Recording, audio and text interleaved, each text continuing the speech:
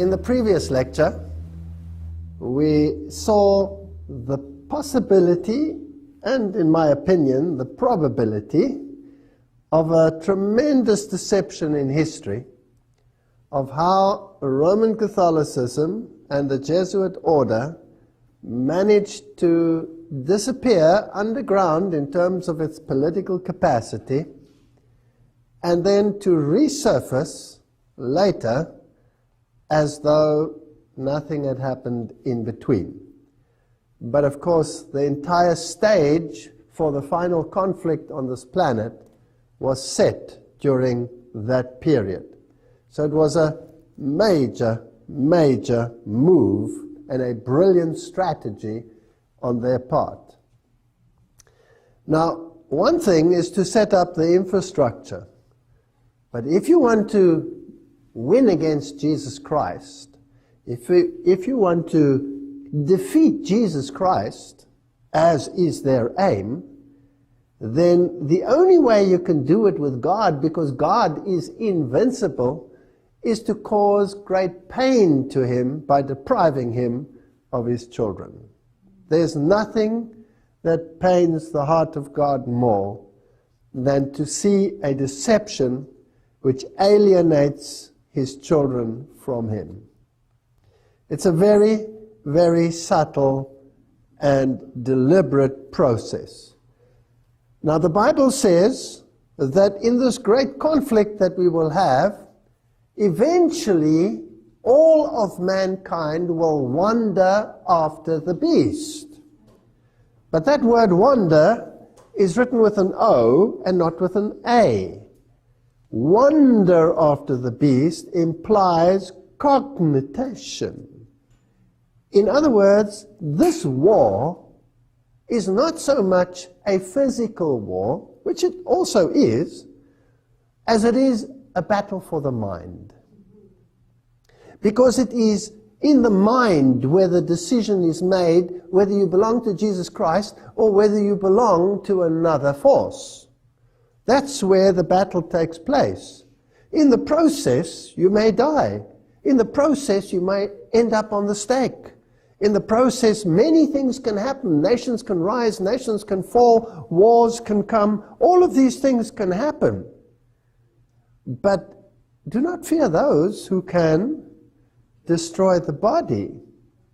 You must rather fear the one who can destroy the entire human being, body, soul, spirit, in the final conflict or in the final judgment that will take place.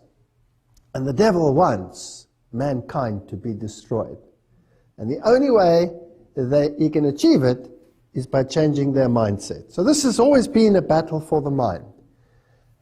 And we learned in the last lecture that the Jesuit order created all the school systems, which eventually became the school systems of the entire world. And they introduced learning against learning, where the two mindsets could clash. On the one hand, you had the Protestant mindset, which said that the Bible is the standard of all righteousness and should be the basis of all schooling. And on the other hand, you had Gnosticism. Man is the center of everything, and man is the one who has to be exalted to the level of deity. So that is emulating the voice of the serpent in the Garden of Eden. Now, the greatest strategy to win the mind over that the Jesuits used was Jesuit theater, Jesuit drama. Now, if we look it up in the Encyclopedia Britannica, it tells us Jesuit drama, program of theater, developed for educational and propagandist purposes in the colleges of the Society of Jesus during the 16th, 17th, and 18th centuries. Cultivated as a medium for disseminating Roman Catholic doctrine, drama flourished in the Jesuit schools for more than 200 years. Evolving from modest student exercises to elaborate productions that often rivaled the contemporary public stage in polish and technical skill. The earliest recorded performance of a Jesuit play was in 1551, at the newly founded whatever in Sicily. In less than 20 years, plays were being performed at more than a dozen of the new Jesuit colleges springing up in cities across the continent, including Rome, Sevilla, Cordoba, Innsbruck, Munich, Vienna, and it grew into a mighty organization. By the mid-17th century, there were 300 Jesuit colleges in Europe, and in almost every one, at least one play was given each year. So originally the plays were pious to attract the people and the Protestants to come and look. But eventually, gradually, other things started creeping in. Originally there were no ladies involved, and eventually more and more ladies, and the music started changing, and it started progressively, slowly infusing the minds of people. Jesuit playwrights also drew upon material from pagan mythology, ancient history, contemporary events, all reinterpreted in terms of Catholic doctrine. So it was very cleverly done. Their stagecraft kept pace with all the newest technological developments. Music was an important element in most of the plays, ranging from simple songs to works that called for large orchestra and chorus. And Mozart, at the age of 11, wrote his first music for Jesuit theater, because his father was one of the directors in Jesuit drama. And this is where the great music world was introduced into this way of acting and affecting the mind. Eventually included ballet, opera was brought in, and extravagance and luxury of many of the Jesuit productions came under heavy attack. Many of the productions were enormously expensive. So they spared no cost. And yet it cost them nothing. How did they do this? Well, one chariot taken from the enemy, Sun Tzu said, is worth 20 of our own.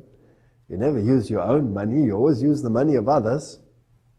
Dramatic performances were prohibited or limited in many areas, and they ceased altogether in 1773. So this period when the Jesuits were being banned all over Europe, even the Jesuit drama disappeared.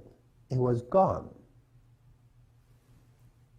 It ceased altogether in 1773, when the Society of Jesus was temporarily suppressed. So my question is, did it really disappear, or did it just go underground to reappear in another form? So really, did it disappear? That's a very good question. Well, let's ask a very modern web page, www.jesuitcp.org, their own web page, Jesuit Arts. It's definitely not gone. Let's go a little back into history. For almost 500 years, they say, theater has played a vital role in the curricula of Jesuit schools. Today, this is them speaking now. In Dallas, Jesuit theater builds on that tradition by offering a broad range of opportunities for students. And they talk about the plays and the absurdist plays and all of these issues. Drama troupes they have. This group of seniors performs local middle schools on a weekly basis as a part of Jesuit community service program. So they take their Jesuit theater into the schools. And Jesuit supports these activities with a broad curricula offering, including theater, arts, stage acting, stagecraft, directing for theater. And then they ask you to be part of Jesuit theater. And it seems as though a little college here is doing something and a little college there is doing something. But they are far more brilliant than that.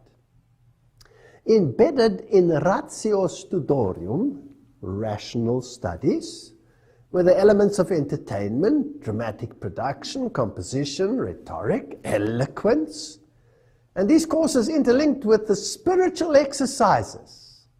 So here was something to control the mind. Ignatian way of thinking, taking you into a supernatural form of religion, experiential religion, where experience becomes the norm. The feelings dictate, but the mind is bypassed.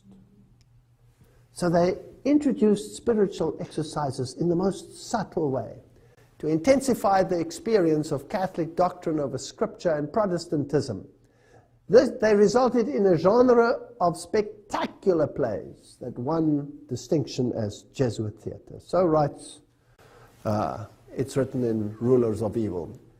Jesuit priest Athanasius Kircher then added something to this theatre. And what he invented was the megaphone, so that he could speak to greater audiences.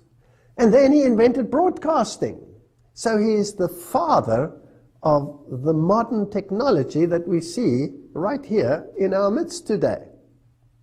Camera theatre.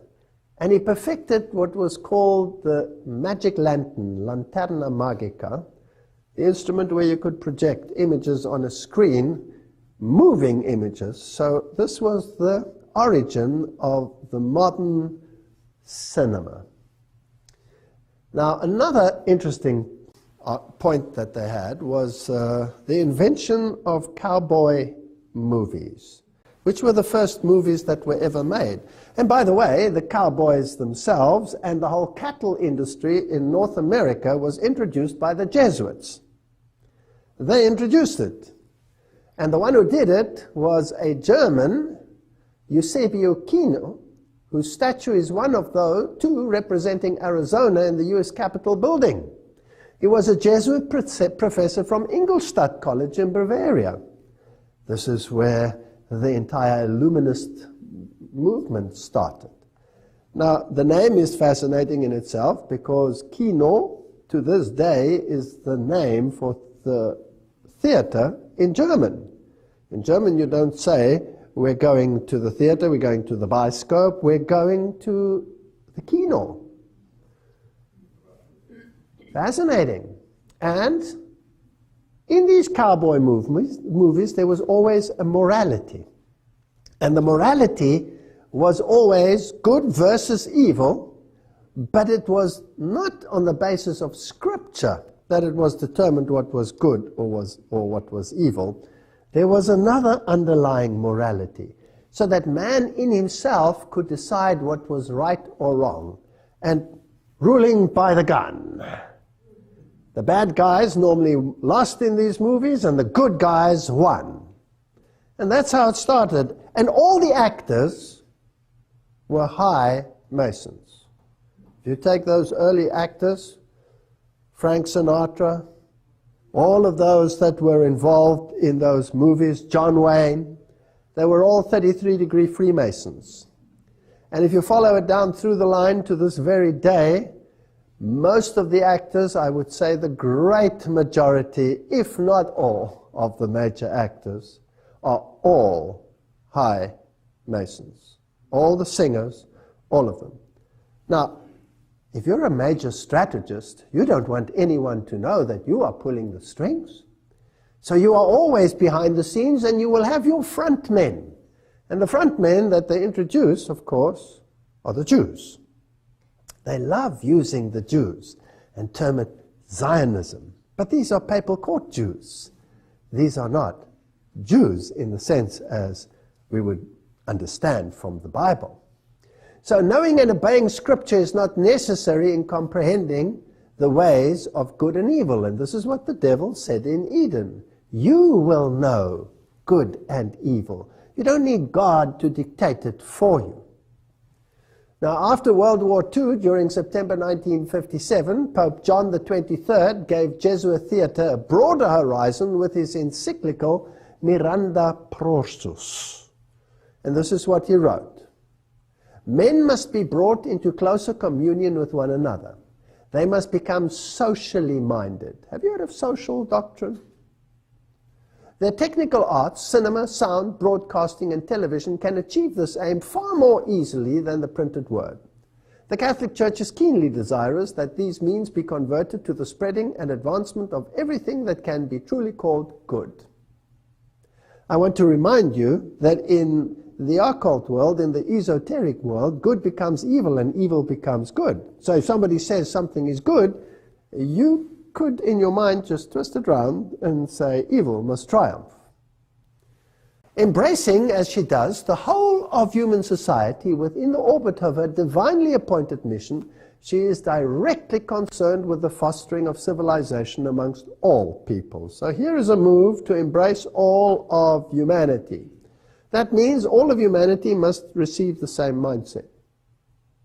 John the 23rd urged that pious national films reviewing offices be entrusted to men who are experienced in cinema.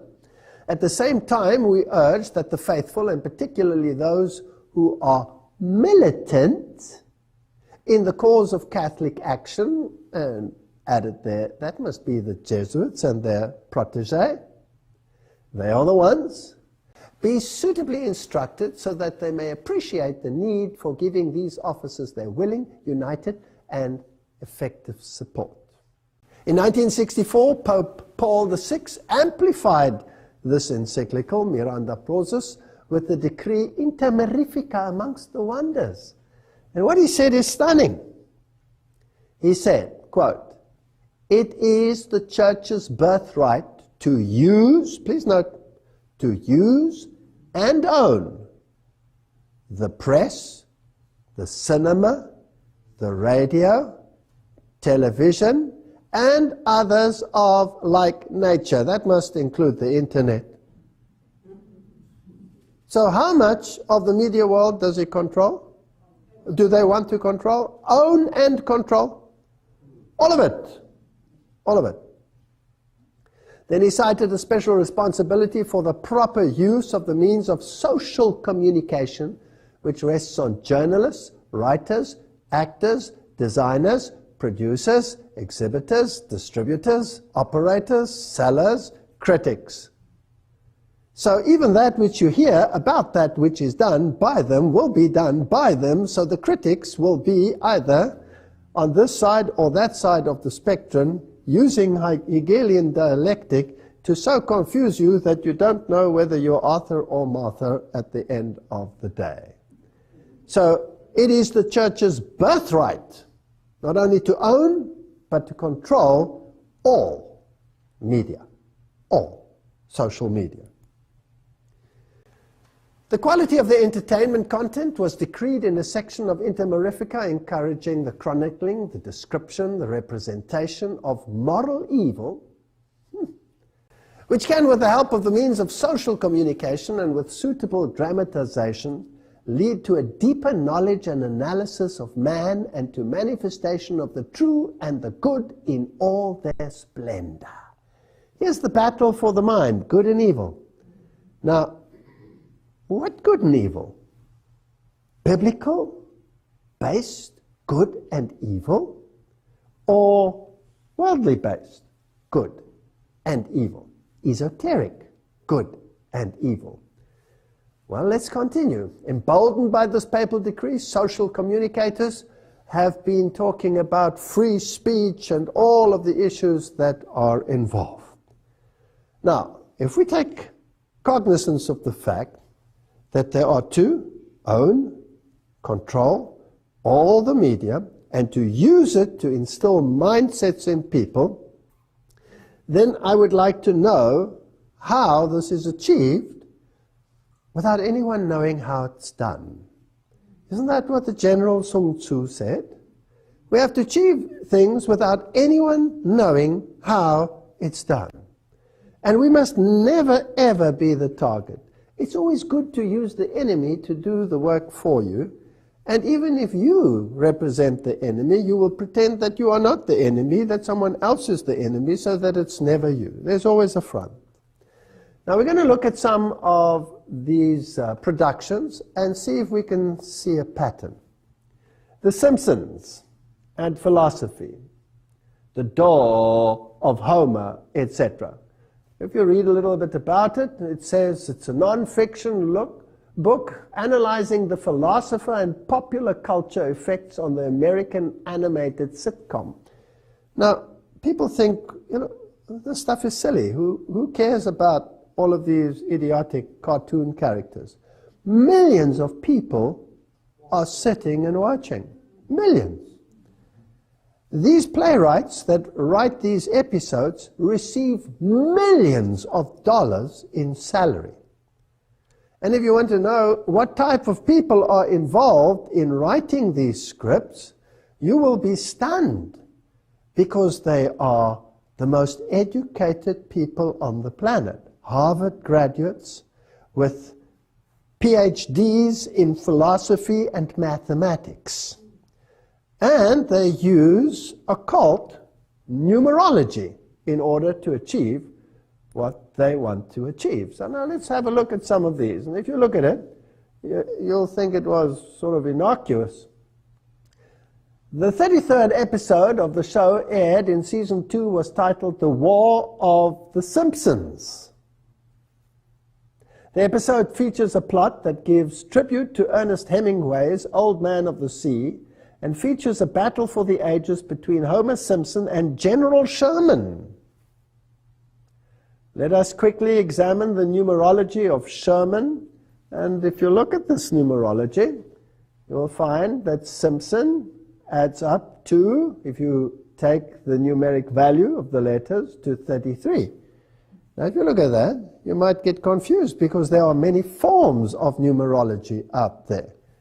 And looking at this, you wonder, how does this add up to 33? Since when is S, the value of S, 1? Because normally in the alphabet, you take the value of where the letter is in the alphabet. So A would be 1, B would be 2, C would be 3, etc. So why does this add up to 33? The same with Sherman. Why does that add up to 33? And here you have a 33, and it was the 33rd episode. Now, I'm just showing you this to show you that there is numerology involved. Now, numerology is a Gnostic, pagan, Kabbalistic, if you like, art. Everything that the Kabbalist will do is steeped in numerology. Everything has numbers. Everything moves in precise cycles. They will not make a move until the situation is right, till the solstice is in the right place, till the right liturgy has appeared. Everything is governed by numerology. There is an ethos of power in numerology. Now, the numbering system that they are using here is not the normal numbering system, but the Pythagorean numbering system. And if you take Pythagorean numerology, then S indeed becomes 1, and I indeed becomes 9, and 4, and 7, etc., etc., etc. So it's a highly sophisticated mathematical formula that they're using, and the names have very specific meanings. Now, you don't know that as you're watching it. You're just watching a silly movie. But put into these, there are subliminals to affect your mind. And they plant ideas which your subconscious picks up. And eventually, everybody starts thinking along those lines. Now, this is a cartoon. It's an adult cartoon. Kids also watch it. But if you then add the press and the news media, and you can switch channels. I mean, you can go from CNN to BBC to Al Jazeera to whatever channel you want. You get exactly the same news at exactly the same time, repeated over and over again. There must be some coordination between those groups, otherwise they all wouldn't have exactly the same thing. Don't you think so? And there's a propaganda so that you believe what they say. So if you want to create an enemy, a public enemy, what's the best way to do it? To create an enemy and then to broadcast him across the media. So there is numerology involved, there is occultism involved, Kabbalistic occultism, and we'll go a little further. Here's a little further snippet. They introduce little subliminals all the time. So, in the story, this character is often punished and has to go and write on the board his lines, and he says, I will not plant subliminal messages, but if you analyze it, really it says subliminal messagores. It doesn't say messages. He's misspelling something. But there's a subliminal there, Al Gore. So they're telling you that the agenda of Al Gore will become prominent in world affairs. And the Pope has just brought out an encyclical on this very subject, which is supported by the Al Gore philosophy. And the President of the United States of America said, this is what we have to do.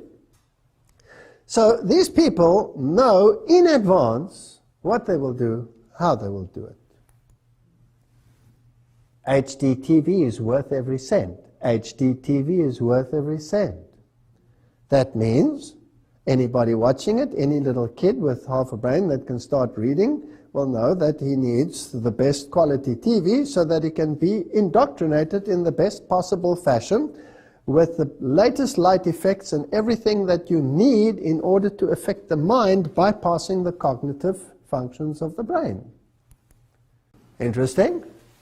New York, 9/11.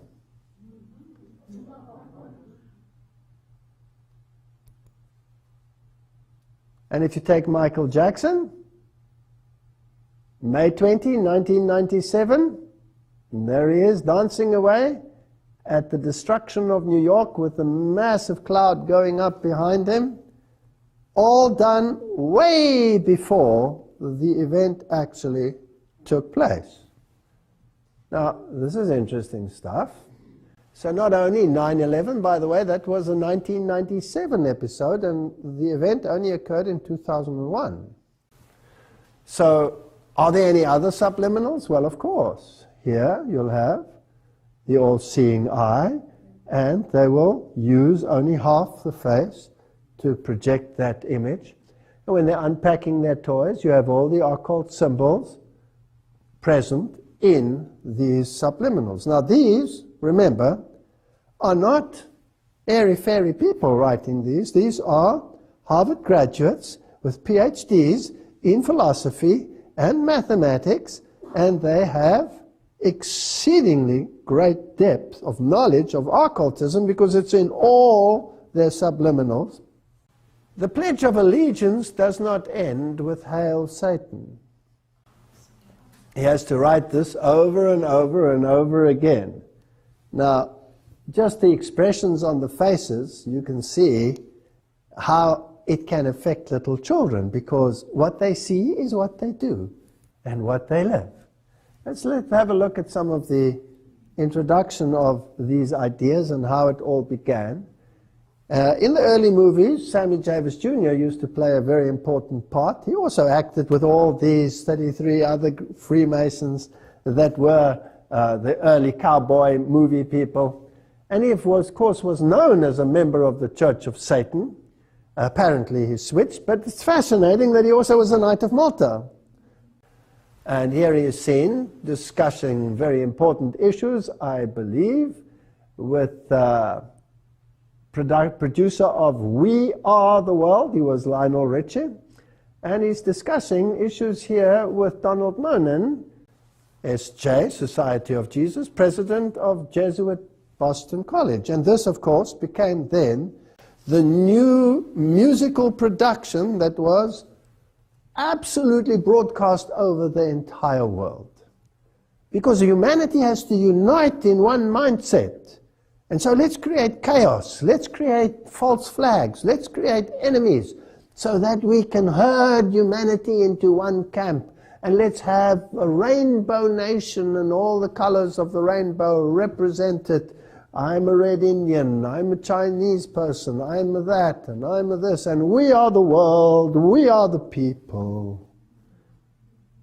And what is the spirit behind it, I ask myself, in this process? Now, if we continue in this modern Hollywood era, let me remind you again, it is the church's birthright to own and control all media productions. So who really controls Hollywood? It's not the Jews. There's another power that controls this entity. So we'll introduce extraterrestrialism. It becomes very prominent. And then we'll link it to messianic messages as we condition minds as to what will happen. Close encounters of a third kind. Let's bring in things which can be, well, determined either extraterrestrial or demonic intervention. And all of the great megastars, well, they don't hide where their affiliations are, as you can see. Simon Cowell's little jet ski with his nice little Masonic symbol right on the front. They're not scared. And today, everything is out in the open. If you are interested, you can go to the web and you can punch in any actor that is prominent in the world today, any singer, any group, and look at the occult connections, their Masonic connections. I had a young girl who got tickled pink and started doing this. She drove me crazy with the thousands of things she sent me. But she did a great job. Every single one is involved. And they all blatantly confess to their affiliations on their Facebook pages and on their this and on their that. I don't have time to look into all of that stuff. But if you're interested, you can verify it. I don't have to give you the details. That's not what I'm here about. I'm wanting to discuss the mindset and what happens behind the scenes. Now, I want to discuss one or two or three or four of the mega blockbusters. This one was not too much of a success, with Nicolas Cage in theaters. Season of the Witch, in which there's a medieval night situation and this conflict between Islam and the Crusades and desertion, and then there is a witch who is possessed. But the way they deal with it, with all the blood and the gore and the drama to distract your mind, you always end up somewhere in a Catholic conclave. There's always a monastery where there is secret information and hidden knowledge, which eventually, even if all the monks are slaughtered in the process, the hidden knowledge will be able to be used and exercise this demon power. The power lies always in the church, and it's always available to you through the church. You've probably noticed that every single Hollywood movie has a Catholic priest. You never see a Protestant one. National Treasure, already it tells you right there on the cover what their intention is with the all-seeing eye. And this one is so full of masonry, nobody should watch this stuff. But I'm just telling you that this is how children and people are being indoctrinated into a way of thinking.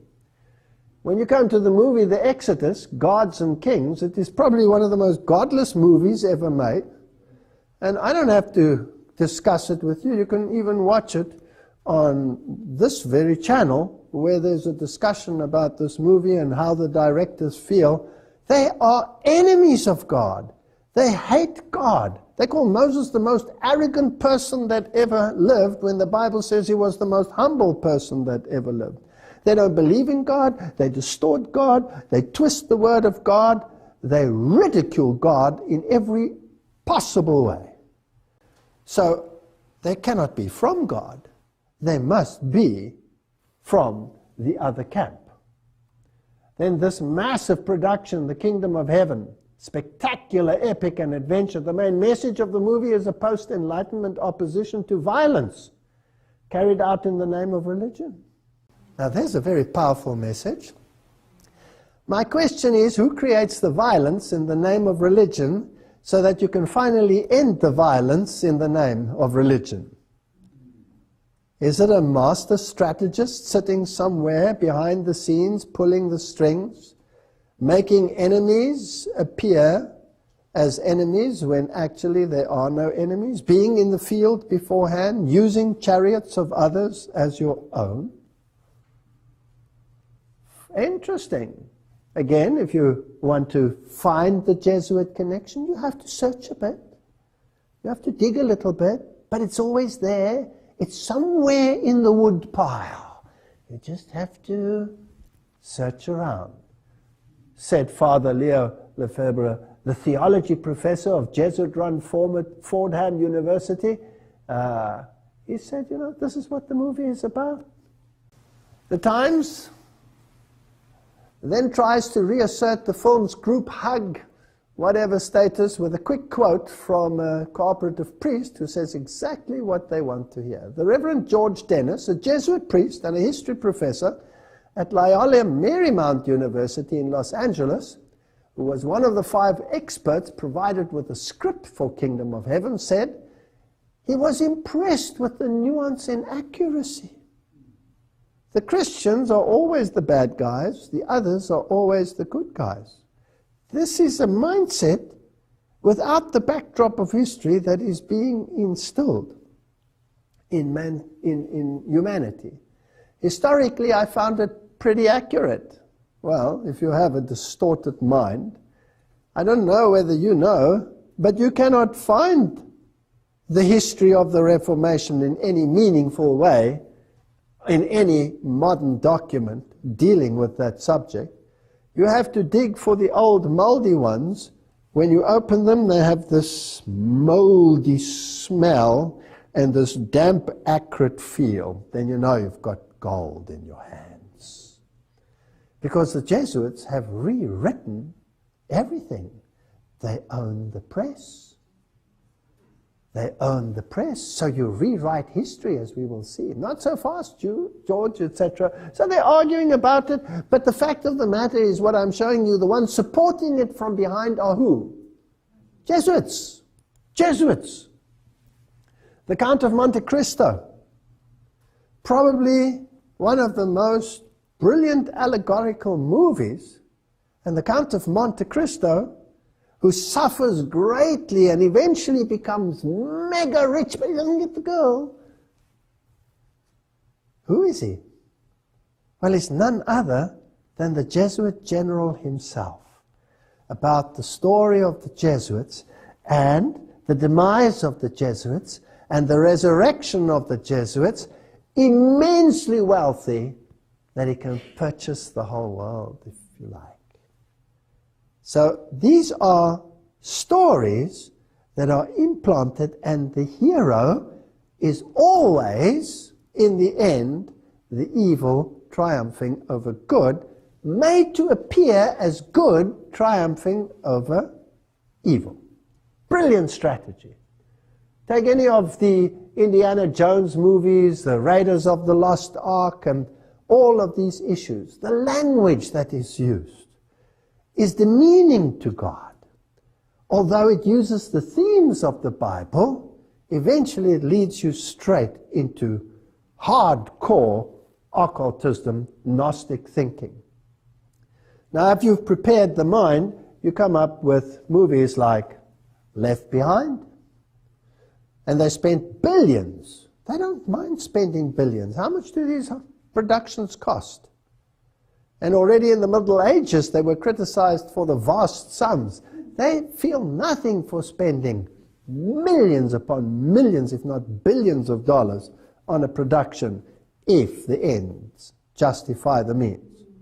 And the Left Behind series, of course, implanted the Jesuit theology of dispensationalism, which comes straight out of the Jesuit camp, with Cardinal Bellarmine adding his thinking patterns to those of Alcázar and Ribera that went before, to set the stage for getting rid of the mindset of the Protestant world that the papacy was Antichrist, and replaced it with this airy-fairy nonsense, which is then propagated across the world in mega productions. They don't care whether it's a box office success or a box office failure, as long as the message comes through.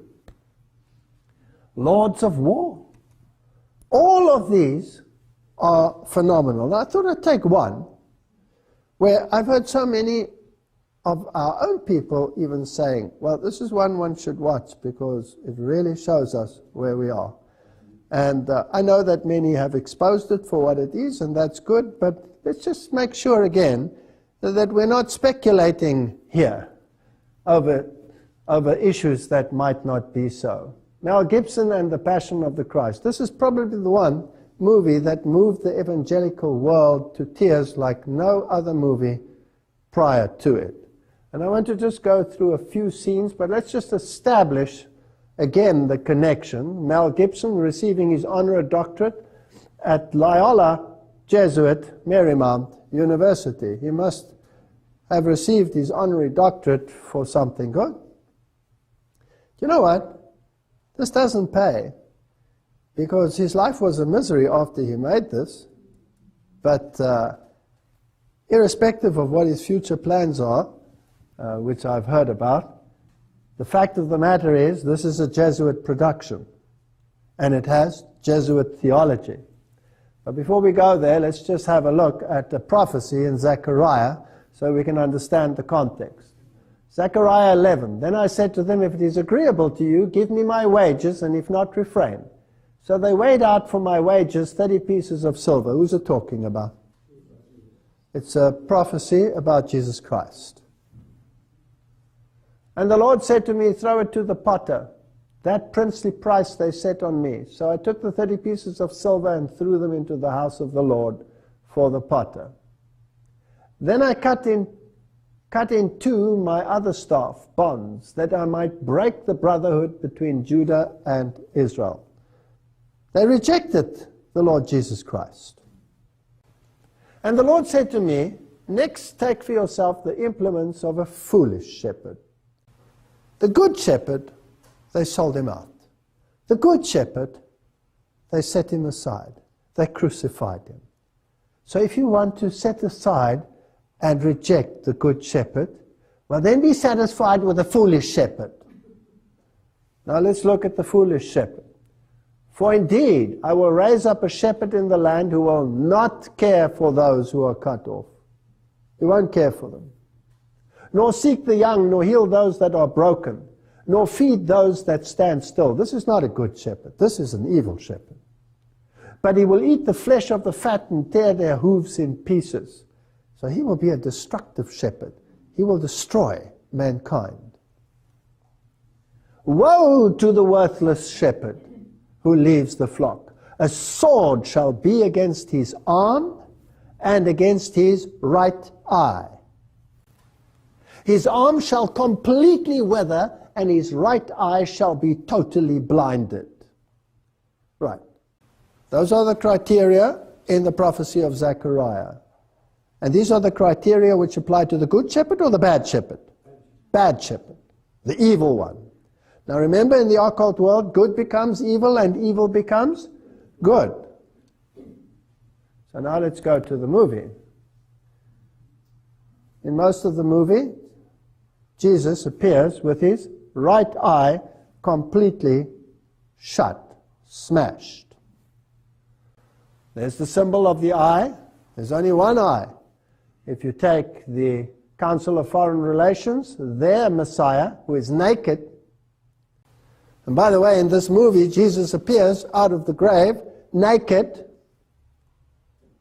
I'm sure he didn't. He appeared with a robe of righteousness. He was not naked.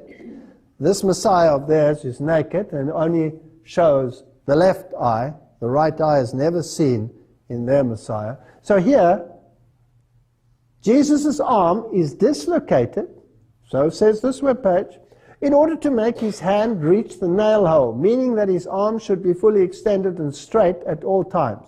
However, in almost all shots of him on the cross, his body sags forward with his arms bent at almost 90-degree angle.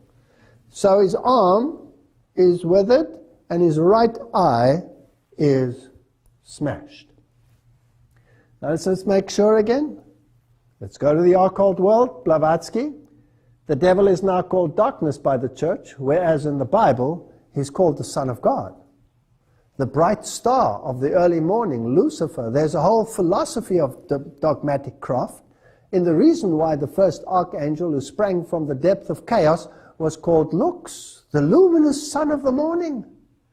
Or man, Vantarik dawn, he was transformed by the church into Lucifer or Satan because he is higher and older than Jehovah and had to be sacrificed to the new dogma. Now in the esoteric world, Satan is higher and older than the other brother, who is Jesus. And the war between the two of them is raging. And he, the older brother, was deprived of his position but will regain it. He will be the victor. So good becomes evil and evil becomes good. Of course, we know that he's a created being because the Bible tells us so. But not in the esoteric world. Or another quote here from Blavatsky. Esoterically, he's also the serpent or the dragon that tempted Eve. And the dragon is an old glyph for astral light, which is the wisdom of chaos. So Jehovah is the serpent. He's the bad one. God is evil.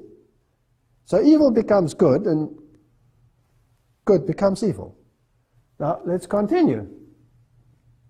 In the movie, while on the cross, Satan, with an effeminate image, walks by and he has the birth of the other Messiah. I want you to look at this child because you can see his hairy arms and his baldness and his demeanor, and we're going to just quickly play this.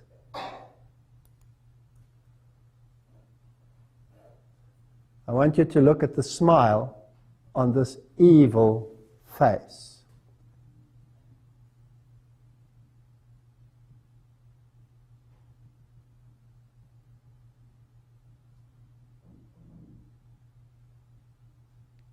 As he looks at the cross. They cannot have, look at the hairs on his back. They cannot have created a more evil image than this. And it's virtually subliminal because nobody really notices it in the movie. And look at that evil smile. Now, good becomes evil and evil becomes good. So the evil is hanging where? On the cross. But the real evil is actually the good because you have to turn everything around in the esoteric world. This is actually a symbol of the victory of Satan over Jesus Christ. This is what it means. Now, let's just make sure. Now, Gibson told Christianity Today, I've been actually amazed at the way, I would say, the evangelical audience has, hands down, responded to this film more than any other Christian group. What makes it so amazing, he says, that the film is so Marian. Gibson calls it the tremendous co-redemptrix and mediatrix. So the whole movie is about Mary. Mary is the one who consoles everyone. Mary is the great hero of this movie, not Jesus Christ. Now, another final little interesting little tidbit about this movie. The penitent thief on the cross was wearing around his neck the Catholic brown scapular there. So if you look at the shot of him, he's wearing a scapular. Nowhere in the Bible do you read that he wears a scapular. Now, what is the scapula? The scapula is a structure that you wear around which guarantees you that Mary will let you bypass purgatory and take you straight to heaven. So it is a promise to Mary, not to God. So Jesus could not have given him the right to go to heaven one day. It's Mary that will decide who goes and who does not. But Mary, as we know, is an acronym for Lucifer, because she was immaculate without having to need the atonement. And then, that Jesus said, it is accomplished, rather than it is finished. According to Rome, it was the Eucharist which was accomplished at the cross. Now, this word accomplished is rather interesting. The Eucharist, the sacrament of our salvation accomplished by Christ on the cross, is also a sacrifice of praise in thanksgiving for the work of creation, says the Catholic Catechism of the Catholic Church. So it was accomplished, almost consummated. And it is, of course, the perpetual sacrifice of Jesus Christ, the constant treading underground of the Son of God, keeping in perpetual death, worshipped as a corpse. This movie is evil, and you can see the underlying evil in the subliminals. It is Gnosticism at its worst, dished up and sold to Christians as the representation of the suffering of the Son of God. It is an evil movie. John 19 verse 30 says, Jesus therefore, when he had taken vinegar, said, "It is consummated," and bowing his head, he gave up the ghost. So says the Douay-Rheims Bible, which is the official Jesuit Bible. Whereas a decent Bible will say, when Jesus therefore had received the vinegar, he said, "It is finished." And he bowed his head and gave up the ghost. Now, Thea's definition is to bring to a close, to finish. The sacrifice is complete. It's not complete in this movie. Now, another interesting movie with Mel Gibson and Julia Roberts is Conspiracy Theory. Now, there are people who love to talk about conspiracists. And there are many conspiracists out there who are incredibly confused. But if you have the filter of the Bible and prophecy, and you put everything through that filter, and what comes out at the other end harmonizes not only with history and current events, but with prophecy as well, it's not conspiracy, it's confederacy. And the Bible says, call it not a confederacy, a confederacy. So, I'm a confederist, I'm not a conspiracist. But in this movie, it's very interesting because he is subject to MK mind control, monarch mind control. And the whole issue is blatantly showing you how it is done.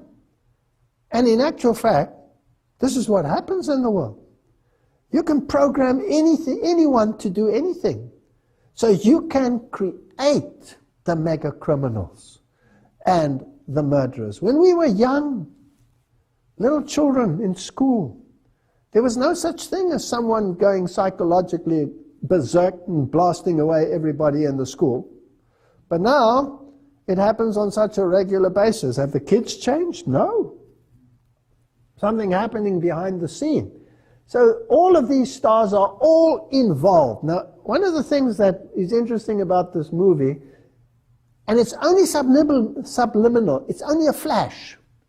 This book constantly appears in the movie. So Mel Gibson is in his mind-controlled state trying to get something, and he's trying to get copies of this book, and it's always disappearing, and he opens a shelf, and it'll flash for a millisecond and be gone. And you have to look very carefully. I don't suggest any of you look. It's called The Catcher of the Rye. So I want to know, what's The Catcher of the Rye all about? Must be important. And who would suggest that something be in a movie of this nature? So I did some searching, and it's very hard to find, until I found something interesting. I found an interesting book, The Secrets of Jesuit Soup Making. Written, of course, by Jesuit brother Rick Curry. There's his title, S.J., Society of Jesus, and it is indeed a recipe book. But every book written by a Jesuit always has a what? Has a purpose. And it always is the mindset of the society as a whole regarding its oath and subject to the Jesuit general himself. So, of course, it is interlaced with all the Jesuit philosophy. And he's telling about his student days and how he was in a curriculum, etc. I was reflecting the other day on a Jesuit teacher of mine at St. Joseph, etc., and he talks about the curriculum. And he says here, the interesting thing is, the curriculum at St. Joseph was in the old style, the ratio studiorum, rational thinking. In other words, rationalism and not Bible-based thinking. The Jesuit plan of studies, first published in 1599, that was found in all the Jesuit high schools of the United States at that time, etc., etc., etc. So you're getting the picture. Then he says over here that he had an enormous impact on me, this teacher he had, this Jesuit, became a Jesuit himself. In English class, he had us read The Catcher in the Rye. Aha! Huh. So the Jesuits make you read that book, and there it is subliminally in this movie everywhere. I don't remember much about the novel from that first reading when I was a freshman, but I do remember that this Jesuit father said, this was the kind of novel you should read again and again in your lifetime. So I was interested, what is this all about? It's about rebellion. And it's brilliantly written. It is the normal development of a youth, and this youth develops the capacity, or the rebellion that comes up, and how to exercise this rebellion, and eventually to change the world through rebellion. But in such a brilliant way that the one who is rebellious against everything, his parents and society and you name it, turns out to be the greatest saint of them all. Who was the greatest rebel in heaven? And doesn't he want to appear as the greatest saint, the wronged one? So it's implanting a mindset of dissent against the order. What order was the Jesuit order created to destroy? Protestantism. So you have to rebel against Protestantism. One of the most evil movies in the history of Jesuitism is probably V for Vendetta. Now in this movie, they have this masked man, because he was injured, severely injured in a fire, so he went through the fires of affliction. It is a skit of the Jesuits and the gunpowder plot, where they wanted to blow up the British Parliament and King James.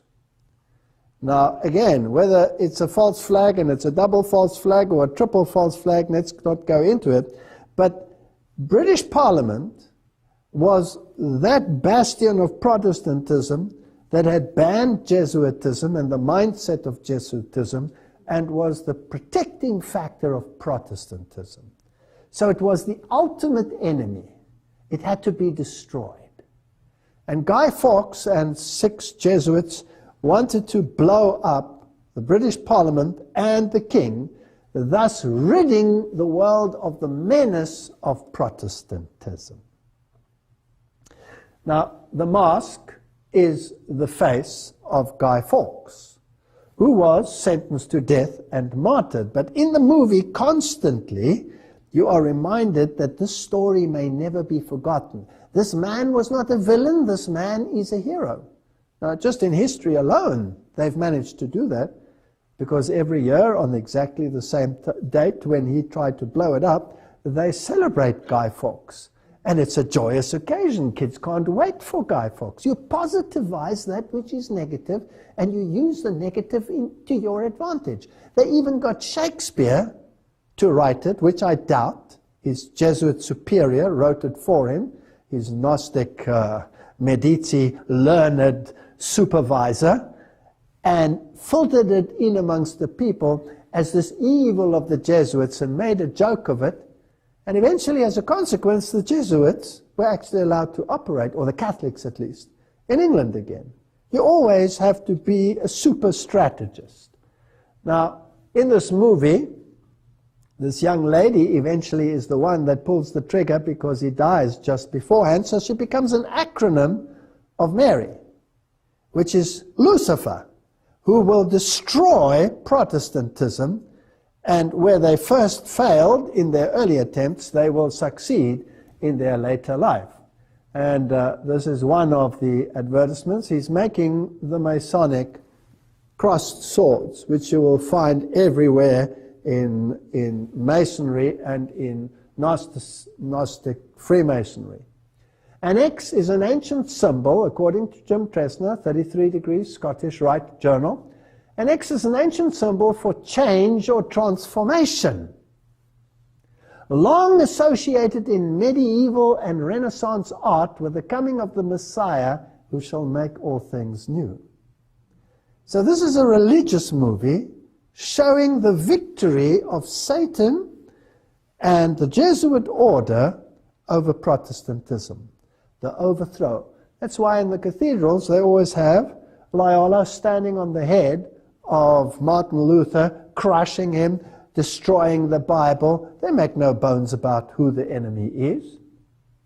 And it's interesting that in this movie, eventually, this is an artist's rendition, the Parliament, and of course all of the buildings associated with it, blows up and is completely destroyed. Nothing left. But the clock stands where? It is the final hour. It is finished. They have succeeded. The job is done. Protestantism and Bible-based theology will disappear. And eventually this masked man who stands for Guy Fawkes and the effort to overthrow Protestantism, the mask is worn by the entire nation. What does that mean?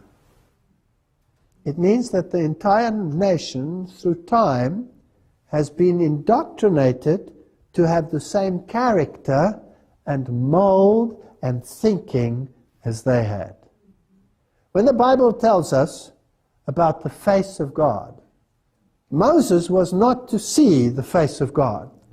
He conceived me from behind, because nobody can see the face of God and live. So I'll hide you in the cleft of a rock and I'll cover you with my hand. And I will go by, and then the character of God is given in the most beautiful poetic form. The face stands for the character. It stands for the mind. It stands for the thinking. The world will wander after the beast. It will be indoctrinated to have the mindset that he wants you to have. Now, I want to know where this is going to lead. And how do you carry on with this? I just want to do a few more pointers here. The list of actors employed by these papal criminals, so says Vatican assassins. This man, of course, has a mouth that is very loose, if I may say, so excuse his language, but what he says in a rather harsh way is actually correct. The list of actors employed by these papal criminals is most impressive. Hollywood is merely Jesuit theater, nothing more. Jews involved are papal court Jews worshipping their god Mammon, etc. And it's for the military company of Jesus. Now, if you write something in that fashion and you write it so harshly, maybe people were saying, that suits them too, they don't mind. I wouldn't be surprised if some of them are authors of some of these thoughts. Now, Knight of Malta, Jack Valenti, was head of Motion Picture Association of America. If you want to know who controls the mega studios, in 2004, Mr. Saxon was inducted as a Knight of Malta. He owned all of these major companies and, well, also Hollywood studios. Is it really the Jews who control this place? There's an abundance of theatrical performances. We read in a good source now. You see, that's the one mindset. Let's achieve our aims through theater, through great performances that bypass the cognitive. Now let's see what God's way would be, the spirit of prophecy. There's an abundance of theatrical performances in our world, but in its highest order, it is without God. That's a fascinating statement. We need to now point the soul to the uplifted Savior. Deceptions, impositions, and every evil worker in the world. Satan, the wily foe in angels' garments, is working to deceive and destroy. The object of the death of Christ was to declare his righteousness, and no man, woman, or child can do this in their own strength or by their own words. So here's a false righteousness portrayed in these movies. Here's another quote from Adventist Home. Through the drama, he has worked for ages to excite passion and glorify vice. The opera, with its fascinating display and bewildering music, the masquerade, the dance, the card tables, Satan employs to break down the barriers of principle and open the door to sensual indulgence. So there's two ways of reaching minds, one through the theatrical and one through the word. Shows and theaters. Satan's ruling passion is to pervert the intellect and to cause men to long for shows and theatrical performances. The experience and character of all who engage in this work will be in accordance with the food given the mind. The Lord has given evidence of his love to the world. There was no falsity, no acting in what he did. This is interesting. So we have two contrasting mindsets. Which one do you think will be the more popular in this world? Well, hands down. Now, let's get a little bit closer to very modern little children's stories and others, and find out what the real message is, and how the mind must be indoctrinated, and then eventually, where will it lead to? Because this is what I'm very passionate about. Now, in ancient Greece, the god Apollo and Artemis, or Pan and Diana in the other nomenclature, were very, very prominent deities. Even mentioned in the Bible is Diana of the Ephesians. And she's, of course, the goddess of fertility, and she's also the consort of the god Pan. Now, Pan has two sides to him. He has the goat side, the evil side, where he plays the pan flute, and he's the god of sexuality. He roars through the forests, causing panic. That's where the word panic comes from. Pan, chaos. He rapes, he pillages, he's violent. And then he has a good side, which is the good shepherd side, where he carries the sheep, and he is the good shepherd. And this is a very fascinating interplay of good and evil, because Satan has a yin-yang philosophy. Everybody has both sides of the coin, whereas God says, no, you don't have to be evil. You can be only good. You don't have to be balanced by evil in order to make good prominent. So here is the god Pan in his evil form with his pan flute. But he doesn't always have to be shown with his horns and his goat form. Now, if we go to animated movies, like you will find in Disney's Peter Pan, then who are the writers and the organizations? We all know that Walt Disney was a 33-degree Freemason. He was steeped in Medici learning. The Jesuits were behind him, obviously, because they are the harborers of Medici learning. They are the ones who control it in the world. They are the experts in the occult art and in Gnosticism and Kabbalism. Now, in this movie, there are a number of interesting characters. Peter Pan, Wendy, John and Michael Darling, and the mother, who is, of course, called Mary. It's obvious. And who is Peter Pan and who is Wendy? Well, if Peter Pan, it's an interesting Kabbalistic name as well, because Pan, the god of evil, has a consort who is Diana, but he also has a representative on this earth who is called Peter, if you get my drift. And in that theology, there is a female entity who is the mediator and the mediatrix, and that is Mary. So if you analyze the names, you have Peter Pan, you have Wendy, and you have John, and you have Michael. Now, the name John always in the occult world becomes an acronym for something else. We'll discuss this a little bit. Just to show you a little bit more of another side of Peter Pan, he always wears this little hat with a feather in it. Now, it's actually a replica, and well, we don't have to go into all the details. Just remember, Peter Pan has that little hat on his head, and he has funny ears, and obviously he's alien. He's not from from this dimension. And there are the three little children, John, Wendy, and Michael. Now, let's have a look at the personalities. This you can find on any web page. You don't have to be a rocket scientist to find this. John is shown to be extremely sophisticated, despite his age. He often speaks in a sophisticated way, which his younger brother, Michael, usually mimics and repeats, although simplistically, in a stupid way, in other words. For example, John, "Oh, I should like very much to cross swords with some real buccaneers." Michael, "Yeah, and fight pirates too." Obviously, it's one and the same thing. The one is just sophisticated, the other one is not sophisticated. Now let me take you to heaven.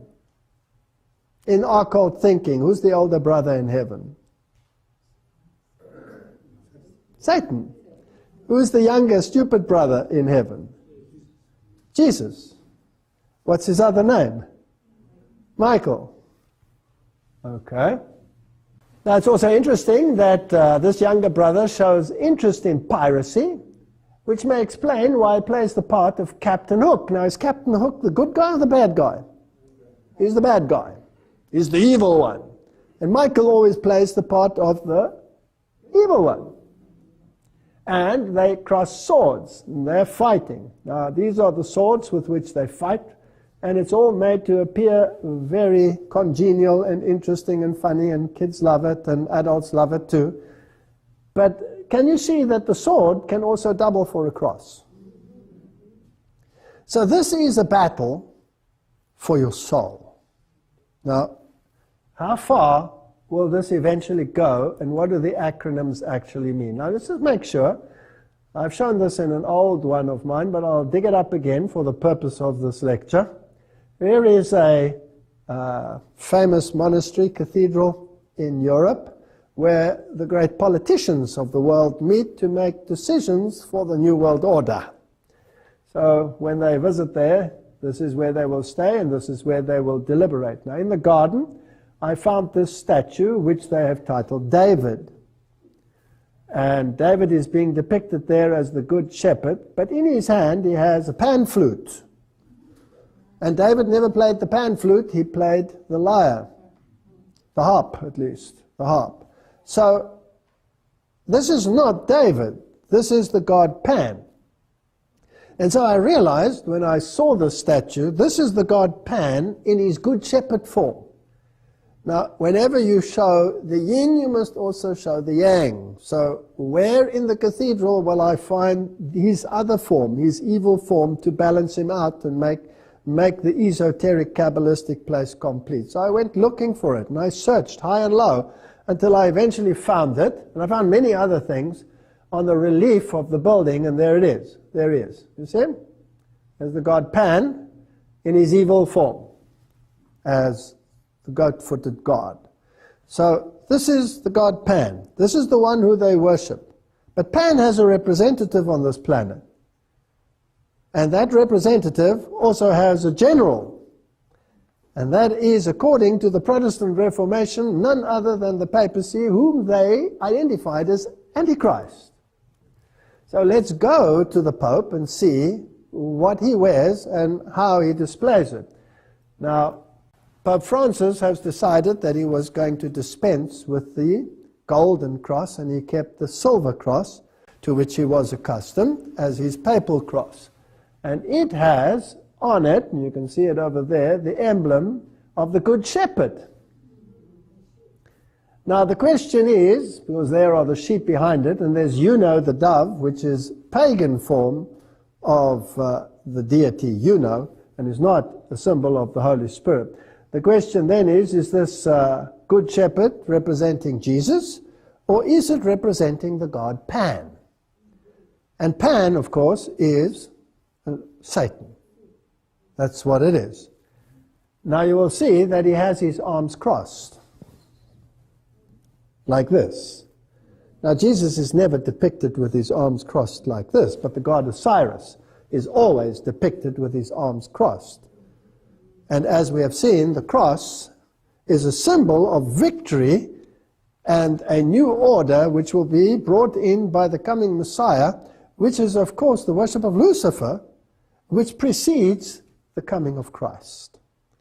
So this God here, by the very nature, is the God Pan.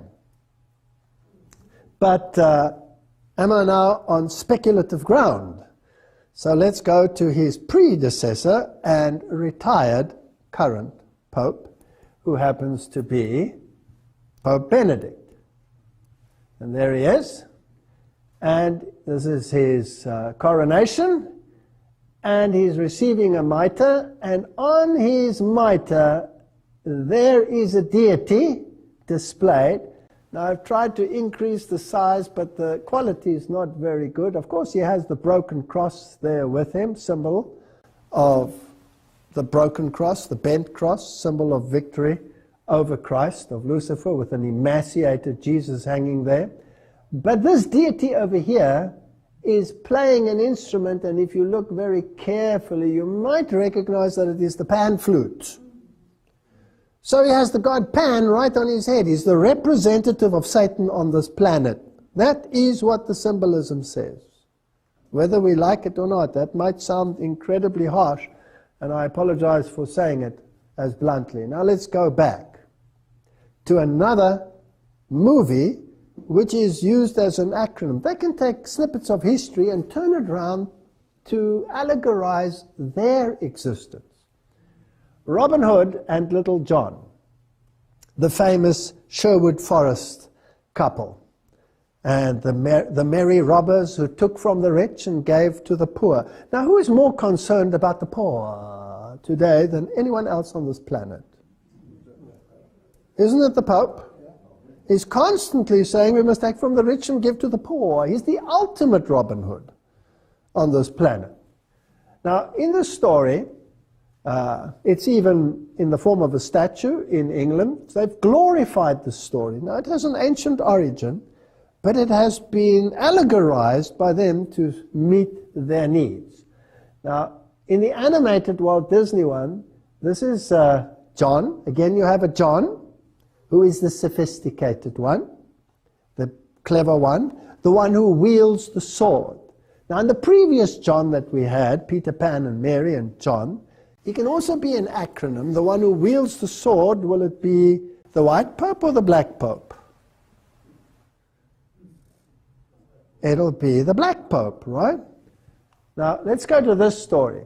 Here we have Little John, and there you have Robin Hood in an animated form. But I want to show you the hat that they're wearing. And I want to remind you of Peter Pan, that also has the hat with a feather. So it's the same symbolism that they are using. Now, in the story, Robin Hood has his band of merry men in the forest, and he's fighting against the evil lords that control England. Now, England, of course, always was a renegade papal state and had to be constantly subdued. So the evil ones are the ones who run England, and the good ones are the ones who will take care of the needs of the poor, which the others never did. So again, good becomes what? Evil, and evil becomes good. Now, in the story, one day he meets Little John, and he says, "What are you doing here?" And they start fighting, and they battle on a log. Eventually, Little John actually wins the battle and smacks Robin Hood so that he falls into the water. And they all laugh and make friends, and he takes him into his band. And Robin Hood actually tells him that you are greater and stronger and better in battle than me. You lead the people. But Little John declines and says, no, no, no, you lead the people. But when Robin Hood gets captured, the one who takes over the leadership is Little John. So in the acronym, who is who? This will be the leader, the front leader, and this will be the power behind the front leader. So this becomes the papacy, and this becomes the black papacy. So it's the white pope and the black pope. And let's see how this unfolds. Now his name is John. Whose name is John? All of them are John, right? All of them are John. John is an acronym. Now the John that they're actually referring to is mostly John the Baptist. And we'll see why in a moment. News, UK, Jihadi John. Extremists not radicalized by MI5. So there are rumors that MI5 actually radicalized the people that they're fighting now. Well, if you go back into history, it's very fascinating that all the so-called enemies were trained and received not only their training, but their weapons from the very ones who became their super enemies in the end. The Mossad trained many of the jihadists and the terrorist groups that plague the world today, Al-Qaeda and all of these. So these are all groups that have been set up. Now, this mass murderer, or this brutal murderer who always wears in black, has got the acronym Jihadi John.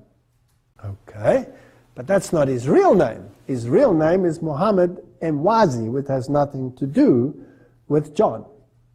And then, all over the news, they plastered the image of Jihadi John beheading his victims, in this case, Foley. Now, question. Is this real? Or is this what they want you to believe? Now, all you have to do is go to the web pages and have a look at people who are in the know, in the techno world, and there are literally hordes of web pages which will tell you that this is probably one of the worst Hollywood stunt productions that you can imagine, with analysis and all of this. I don't want to get into too much of a detail, but there are hundreds of skeptics out there who say, this never happened, this is not real. So I wanted to know the various actors, who are they and what happened. Now, according to USA Today, James Foley was educated at the Catholic Jesuit College in Milwaukee. So this is Jesuit involvement again. And if you start reading about the jihadists, you will see Jesuits involved. Jesuits priests disappearing, not reappearing. Jesuits everywhere along the line. Is it possible that they are actually the masterminds training? How does the master strategist work behind the scenes? Doesn't he create the enemies? Doesn't he pull the strings behind the scenes? Doesn't he achieve his objective through Hegelian dialectic? Doesn't he create the enemy which unites humanity? These are questions which I wish to raise. Now, all of these, of course, if they are trained in Jesuit colleges, are also trained in theatrics. And if we have a look at just the political scene and the great leaders of the world, John Paul II, wasn't he a known actor? His counterpart on the other side of the waters was Ronald Reagan. Wasn't he a known actor? Yes. The governor of California, Arnold Schwarzenegger, is he not a trained actor? So there's a lot of theatrics involved. And whether this ever happened or whether it didn't happen, the world has to be shocked by the beheading. Beheading is probably one of the worst things. Now, if I go to Wikipedia, Jihadi John is also called John the Beetle. Now, the Beetle, John Lennon, was a known Luciferian. And he was controlled by the Jesuits directly. The Beetle group was controlled by the Jesuits. And he said, I sold my soul to Satan. And he's also called Jailer John. Now John is appearing just a little bit too frequently for my liking. And they are pseudonyms associated with a member of Islamic State of Iraq, ISIL, ISIS, and they behead various people. All right, so you have all of these acronyms. Now let's just go a little bit further into this. The Jesuits, Ebola, and beheadings, trying to get the New World Order going. Now, I'm not interested in the quality of this web page. Whether it's a good web page or a bad web page is irrelevant at this point, because people will take it anywhere. But what is true that black magic Freemasonry has the symbol for the degrees 9 to 11, which depict a decapitated head by a short sword. Let me tell you a little secret. Why would they use the symbol of a beheaded individual? And why is the name John always associated with these organizations? Because John the Baptist is the mega saint of many of the esoteric occult movements.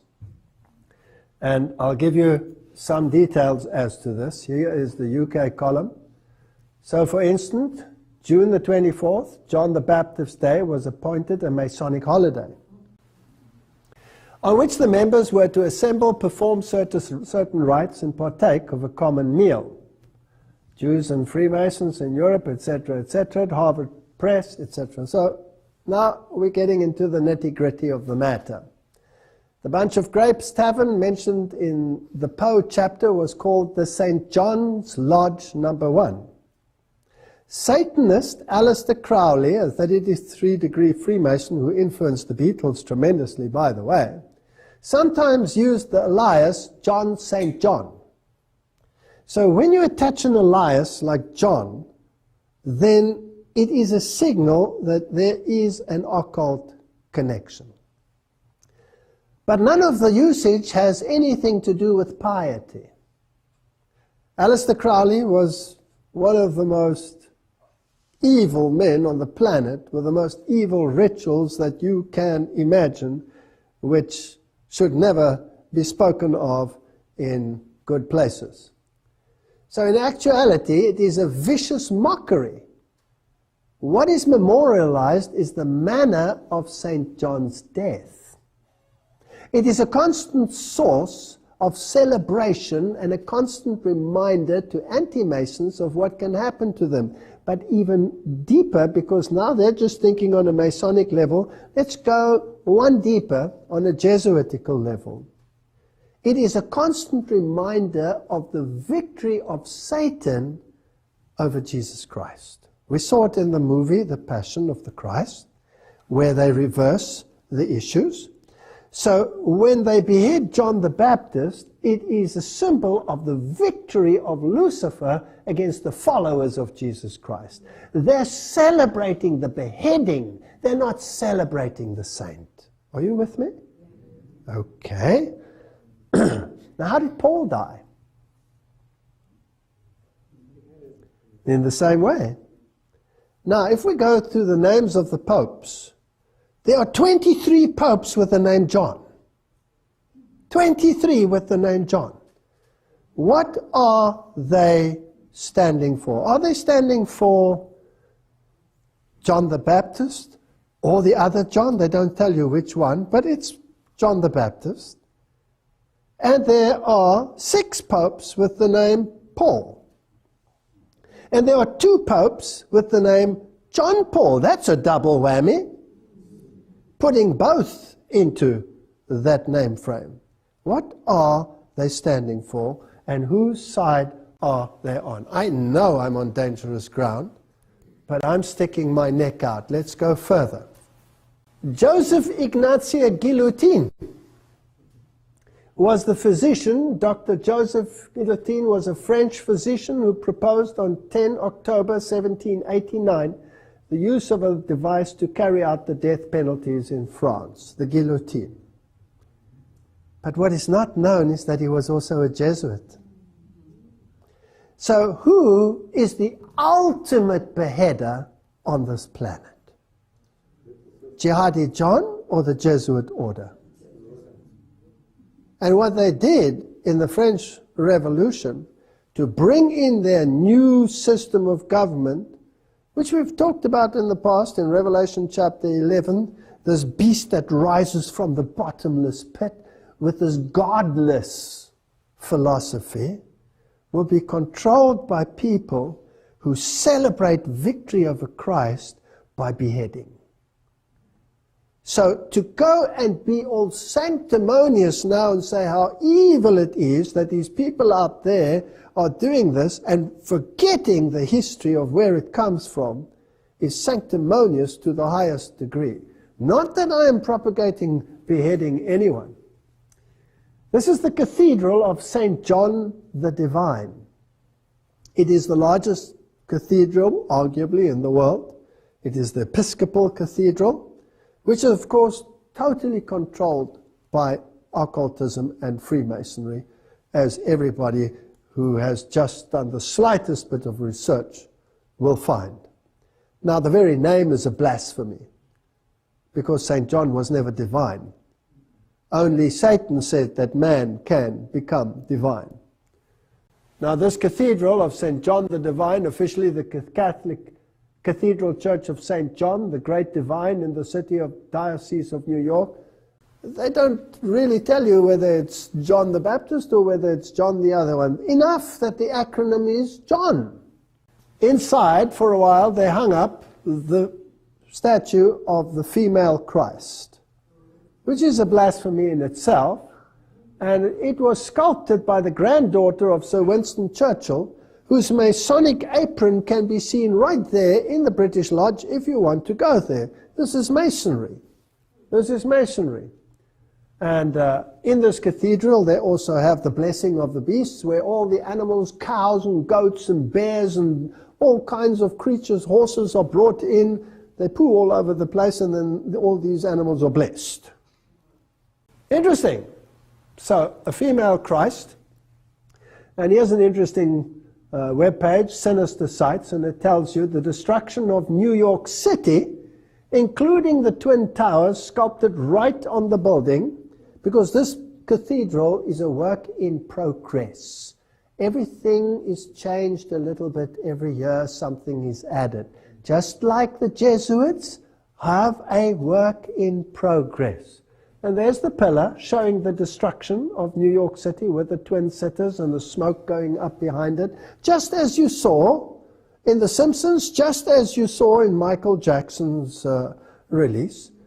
Is there something going on here behind the scenes? But not only that, they also have the Temple of Understanding in this cathedral, which is the United Nations organization which is there to bring about a one world religion, which we saw in the previous lecture has already been accomplished by the signing of the Unity of Religious Agreement. So we are heading towards a mindset that all religions need to come together. Who's the enemy? Who's the enemy? The enemy is the extremist.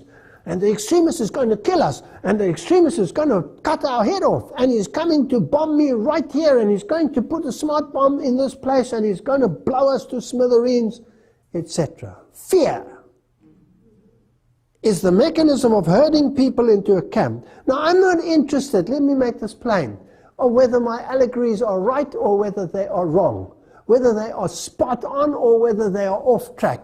It's not relevant. The question is, where's it leading to?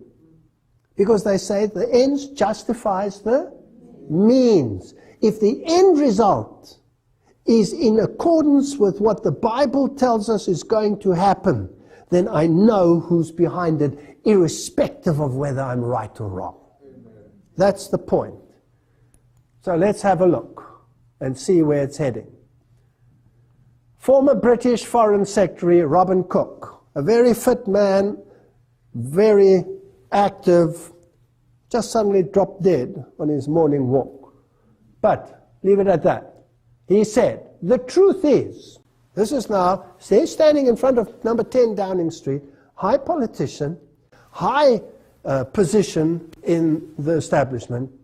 He just got fed up and he said, the truth is there is no Islamic army or terrorist group called Al-Qaeda, and any informed intelligence officer knows this. He said, but there is a propaganda campaign to make the public believe in the presence of an identified entity representing the devil, only in order to drive the TV watcher to accept a unified international leadership for a war against terrorism. The country behind this propaganda is the United States. So he said. And then he died. So there is No, Al-Qaeda. Now, any informed person will tell you that Al-Qaeda was created, funded by the powers of be in the United States and elsewhere in the world, united, trained by the very organizations which became their super enemies in the end. It's a front organization. It doesn't exist. What does he say? It doesn't exist. If it has outlived its usefulness, you replace it with another one that doesn't exist. Even though it has a name, ISIS, and even though it is prominent, and even though it apparently chops heads off of trained Jesuits. I don't believe a word of it, personally. There's an agenda. And I have a Bible that tells me what the agenda is. And I need to focus on what does the Bible tell me the agenda is. The agenda is the destruction of Christ and his followers. That's the agenda. There's no other agenda. My enemy is not over there. My enemy is right here. Jean-Louis Secundo, a Jesuit, born in Uruguay and residing in Canada, wrote Theology and the Church in 1985, which carries the subtitle, A Response to Cardinal Ratzinger and a Warning to the Church. Here's a Jesuit publicly telling the Pope to get lost.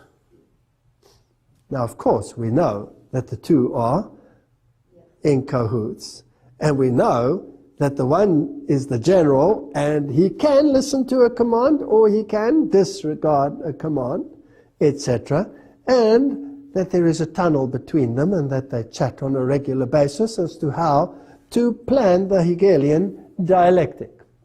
Now, this is what he writes, and I want you to listen carefully to what he says. This is a Jesuit writing. As such, the book is a defense of every Jesuit priest that shoulders a carbine. Now, notice what the Jesuits do. Shoulders a carbine, joins the jungle guerrillas. It makes clear why Jesuits can be ministers with portfolio in Marxist governments. Why Jesuits can attack John Paul on his teaching on sexual morality. So the Pope says, the white Pope says, contraceptives are evil, we mustn't do this, we must have decent relationships. And the other ones will say, hand out condoms, hand out free this, free sex, free that. Hegelian dialectic, we'll see how it works in a moment. Why Jesuits spend their days and their lives solving union problems. Who's behind the unions? One of the means to bring about a time of trouble such as never was. Jesuits. Organizing sugarcane workers, running factories, constructing low-cost housing, help Planned Parenthood Federation of America spread the use of contraceptives, run nationwide hospitals, dispensary networks, organize political demonstrations for this and against that, according to the issues of the day are presented by the teaching authority of the People's Church. These are the actions of the new faith, true to the new theology, according to which the material needs of men must be the prior object of the Church's effort. Not the spreading of the gospel. Who cares about the spreading of the gospel? Let's tread on him. Let's crush him. So, according to this Jesuit, in which lines of work are the Jesuits involved? Every single thing. Every single thing. And if we think they don't exist, it's because they don't want us to believe that they exist. They are everywhere. So, the Pope says, that Francis said, oh, I lament this new legislation that came out in the United States of America. We have to talk about morality. And what is these foot soldiers? What do? Here is Cardinal Dolan. He's the new man on the block as the head chief knight of Malta in the United States. He took over from Cardinal Egan, who died. And there he is. And here he says that the cardinal was the most wonderful thing under the sun. And his first official job, here he is, marching through the streets of New York, parade at the first ever gay activist group. So, you think the left hand doesn't know what the right hand is doing. They know exactly what they're doing. This is Hegelian dialectic. But what is interesting, there was a backlash. Cardinal Timothy Dolan, Grand Marshal, despite backlash from the faithful Catholics, unhappy with the organizers' decision to allow an open homosexual activist group to march the event. But Dolan said, I'm as radiant as the sun. So thanks be to God for the honor and the joy, said Cardinal Dolan on Tuesday morning. Isn't that interesting? Thanks be to God for the honor and the joy. Catholic commentator Michael Voris and his team present at the parade were able to question Dolan on his decision during the press scrum. Your Eminence, do you have anything to say to the loyal Catholics who find what you're doing here a great scandal to the faith? No, come on in. We'd love to have you, Dolan replied. The controversial decision prompted the Catholic League and at least one Catholic school to pull out of the parade, while nearly 5,000 people signed a petition urging Cardinal Dolan to withdraw from the event. He wouldn't. The Cardinal refused to back down. He said, I have no problem with the decision at all. I think the decision is a wise one, etc., etc., etc.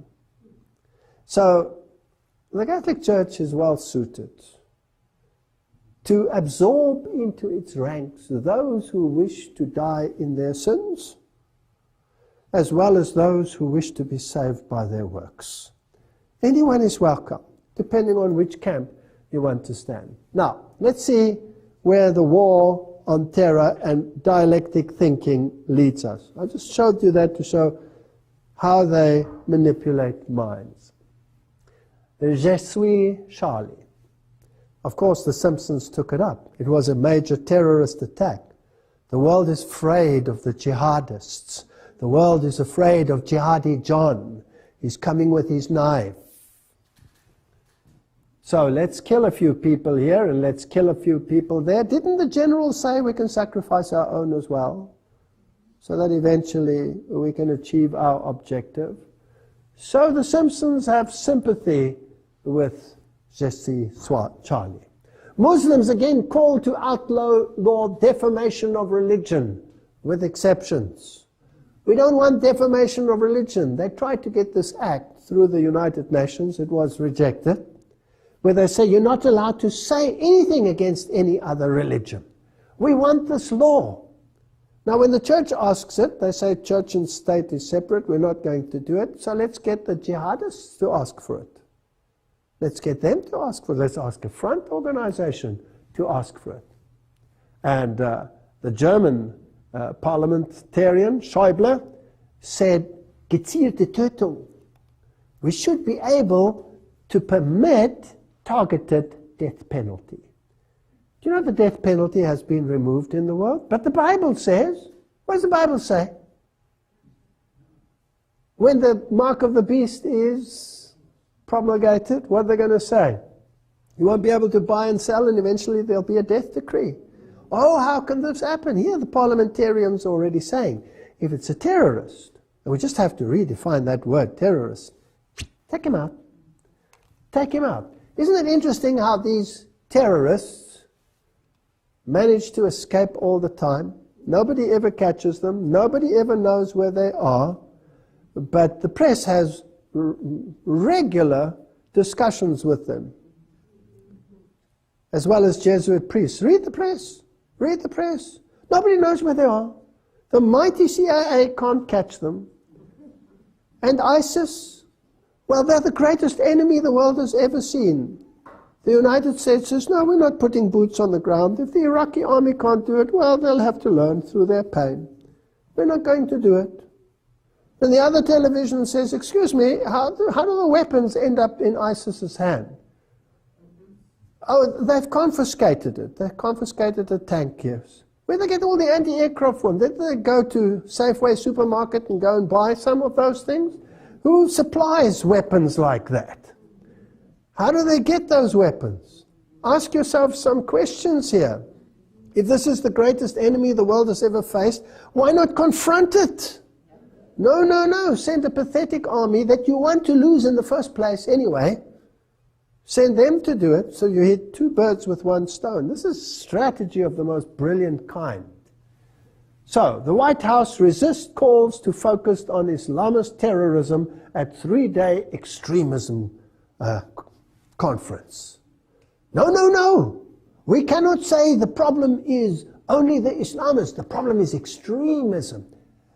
But who's chopping off the heads? Oh, well, excuse me, who's apparently chopping off the heads? It's Jihadi John. It's ISIS. We've got to be afraid of ISIS. Are we going to condemn them? No, we're only condemning extremism. This is fascinating stuff. The international conference, which begins Tuesday in Washington, will seek ways of deterring homegrown terrorism, has been criticized by Republicans for failing to single out Islamist extremism for particular scrutiny. I mean, look at the terrorist attacks. How many heads do you want to lose? How many people do you want to see dead? They're the problem. No, they're not the problem. I wonder who the real problem is. Let's see.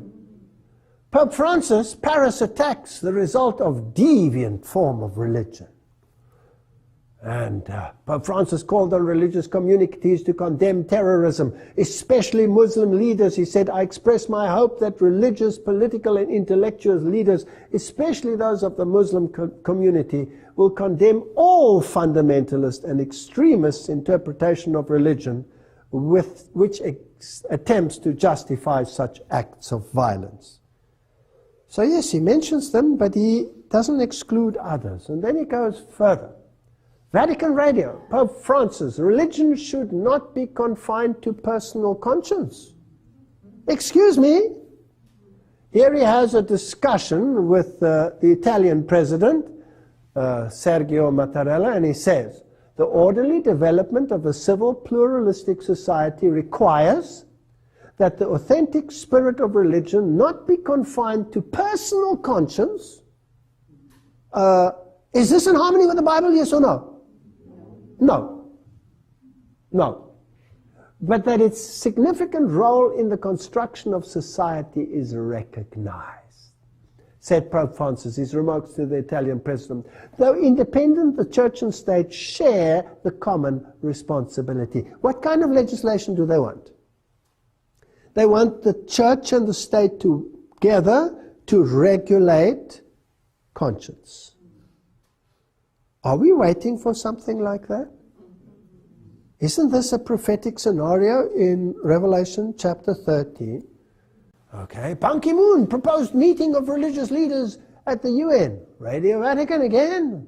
UN Secretary Ban Ki-moon announced during the meeting against extremism, violent held in Washington this week, etc., etc. The meeting brought together representatives of 60 countries, and the Pope is going to speak at the United Nations. There's a major crisis in the world. We have to sort out this problem.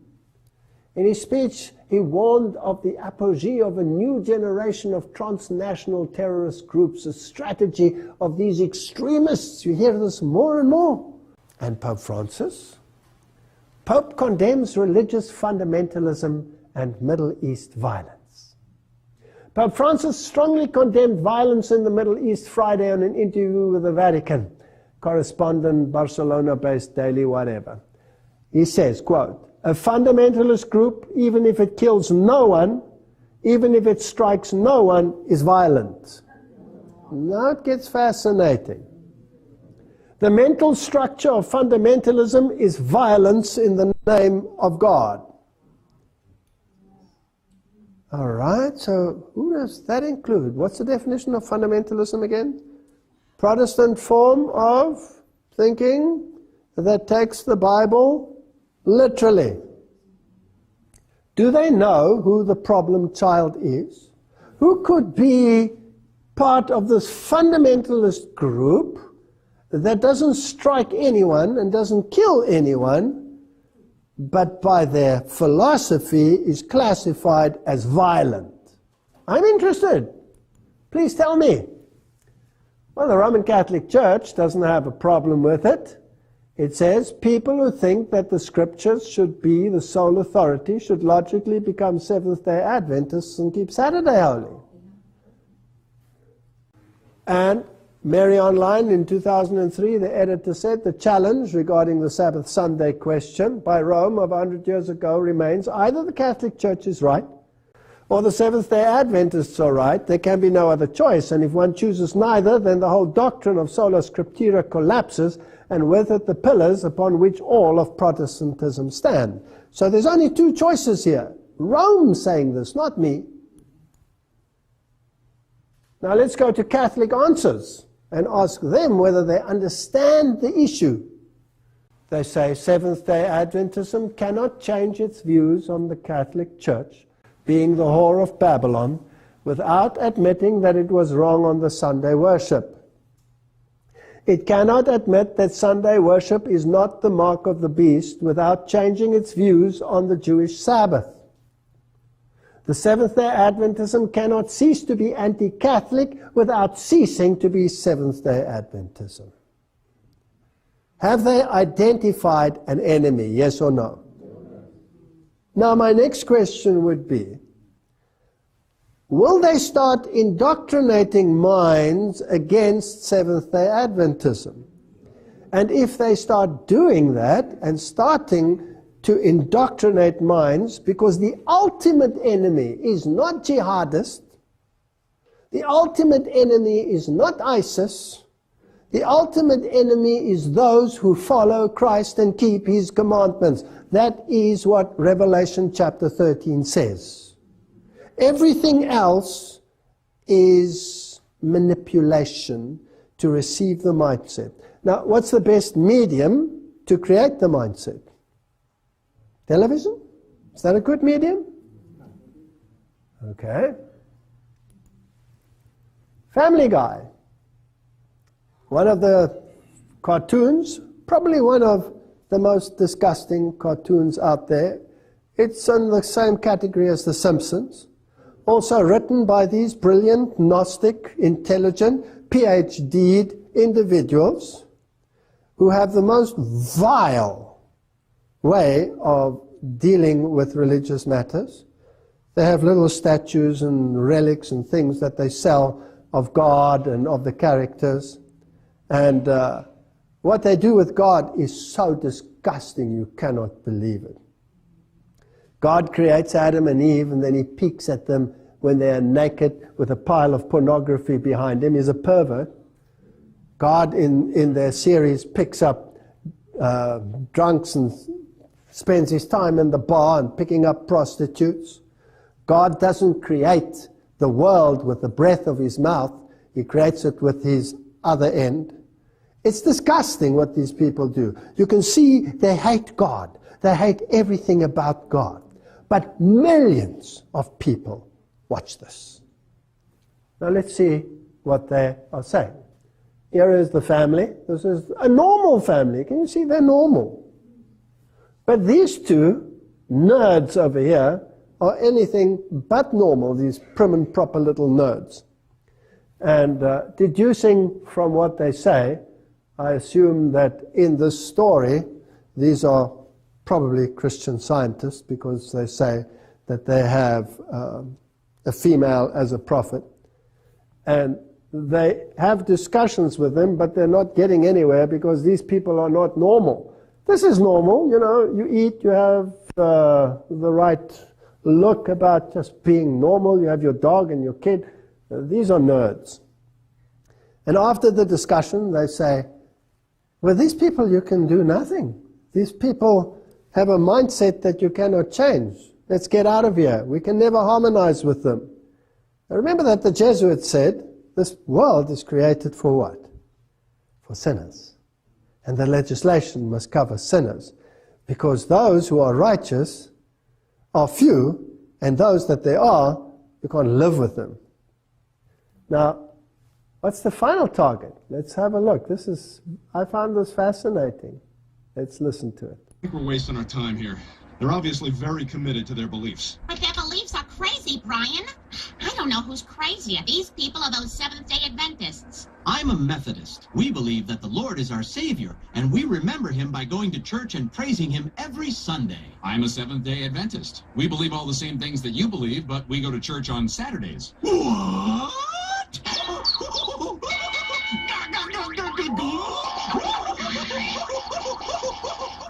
Did you get that? What is being implanted in young minds and adults, because this is an adult sitcom that people watch and the kids watch it too. Who are the crazy ones? The sectarians. Now, who's the craziest of them all, according to this? The Seventh-day Adventists. They're craziest. Are minds being prepared for something to come? I'm just asking the question. How often we are told to soften the message of warning, to only live an example, necessary as it is, this is me, my thinking, but not to expose the evils of the man of sin and those in confederacy with him. We have people who are so duped into believing that these organizations out there are good people with good intentions. And that Jesuits, they don't really exist. You know, they might have existed in the Middle Ages. Are we so blind that we do not understand prophecy anymore? Who is the enemy? Who is the enemy? My Bible tells me it's the man of sin who sits in the temple of God pretending to be God.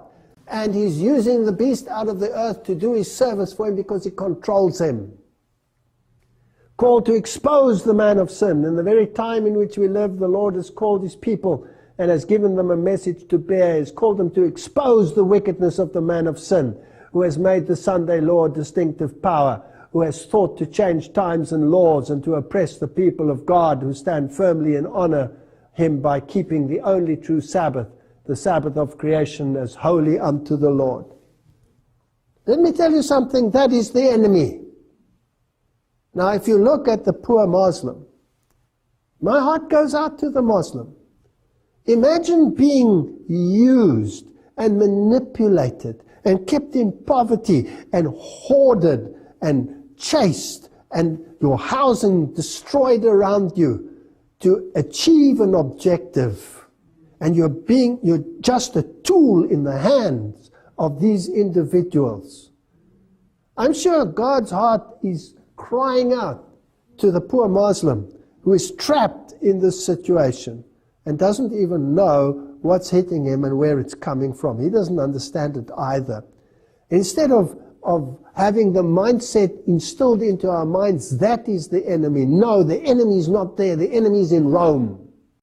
The enemy is manipulating the world and creating mindsets. And our duty is to expose the wickedness of the man of sin. That's the message for the time and nothing else. So may the Lord help us to spread a message that will not only reach the ears of deceived Protestants, not only reach the ears of deceived, marginalized, destroyed Muslims, but to reach the ears of this whole planet, every single one. We cannot now choose an enemy here and choose an enemy there when God has already revealed in His Word and through the spirit of prophecy who the enemy is. May God give us wisdom to deal with this issue. And where it is leading is part of the next episode. And what the final events are